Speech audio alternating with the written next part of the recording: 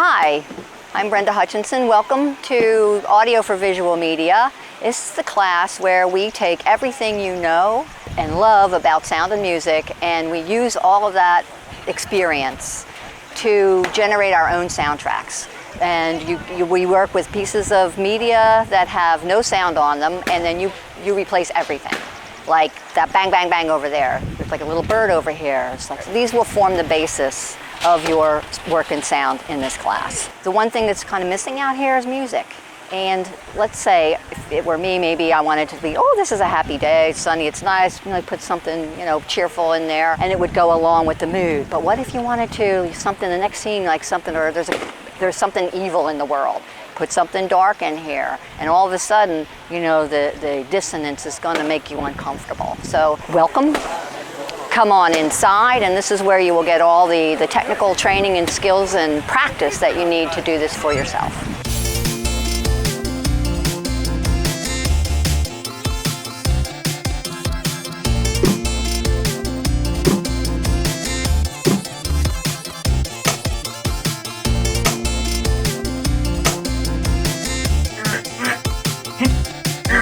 This class focuses primarily on rewiring the student brain to pick up on more sounds than we are used to hearing in our day-to-day life. It's turning the sounds that we take for granted or the sounds that we know are there but don't put words to, and expanding our aural vocabulary, our hearing abilities to pick up on those sounds and fold them into our own personal projects. What we do is we ultimately take a piece of media, narrative media, strip everything off of it and all the sound, and then replace it with our own dialogue, sound effects, Foley, music, ambience, all of that. This class really focuses on things like Foley, which is performative sound creation, where you're looking at a screen and you're in real time creating those sounds as you see them on the screen. The class encompasses a lot of recording and Foley work and making your own sounds, or getting some sounds and putting them in, and also the musical aspects. I guess the process of how we create these sounds is we like to break them into different components. So when you listen to a screen door, there's the hinge itself, and then there's also kind of the mesh of the screen itself. So you got to think of all the different components and how you're going to recreate each one of those with a different prop. From my point of view, what makes it exciting is when everybody gets excited about what they're doing. When you see people in the studio, bringing in stuff from home to make sounds with, or when people share work that they like.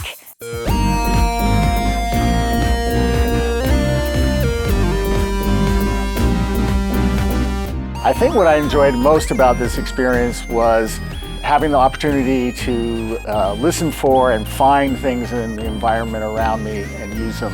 I think really getting creative with how I used effects to beef up sounds. I was kind of the composer for our project, kind of the music composer. Once you see the stuff you've worked on put into the project and linked up with the visuals and it all comes together, that's the most satisfying part.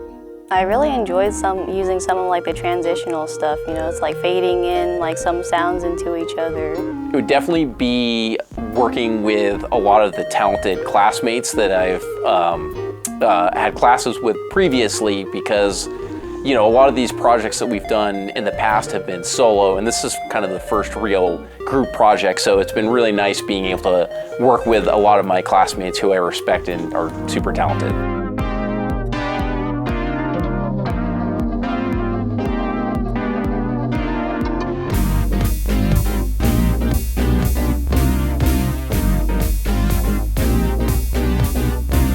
The most unique prop was probably our screen door effect, and so that was a combination of chainmail and the hinge from a butcher block paper holder. Somebody's mother found something at home that made a really interesting creaky sound for a screen door. So he brought in lots of stuff. His mother was helping. I think he gave his mother credit on his group project. I think one of the most interesting props that I used to create one of our sounds was this really cheap music stand that I bought off of, I think, Depop. a long time ago. It's aluminum, it's really thin, and it's like really like finicky and jangly. The most unique prop that I found was a 50 or 60-year-old Moroccan horn that my grandpa bought back when he was in the Navy, and I think we used it for some clanging metal effects.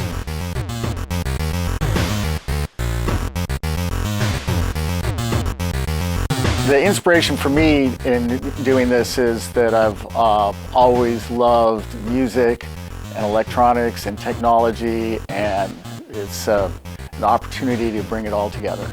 I've always loved film ever since I was a little kid, and I love music. I also love video games, so the field that brings all this stuff together is definitely my inspiration. I've always liked, watching TV and movies. I'm a huge gamer. I love video games. I love listening to video game music and, soundtracks and scores of shows and movies. I'm an older woman here. There hasn't been a whole lot of company, but it's getting to be more and more that way. And I would encourage, women to just jump with both feet into this field because there's nothing better. It's really exciting, it's really fun, and this could be a career for you. Working with the students and helping them root around their personal interests and their personal desires and watching a project bloom from those passions and interests is just sparkling. It's just fantastic.